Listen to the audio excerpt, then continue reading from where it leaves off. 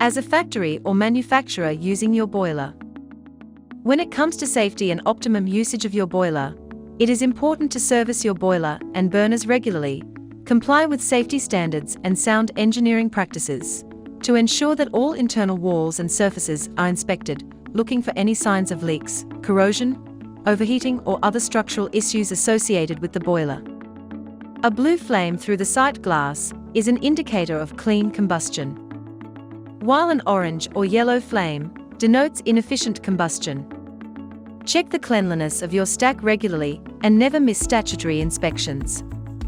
Gas pipelines are exposed to the elements, and it is recommended to regularly inspect and paint the internal reticulation to prevent corrosion.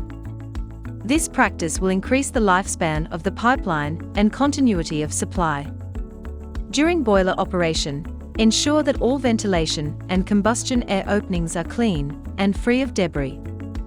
In factories and manufacturing plants, always ensure that the person working on your internal reticulation is competent, qualified, and a registered gas practitioner for industrial installations. We value you as our loyal customer and care for your safety and well-being.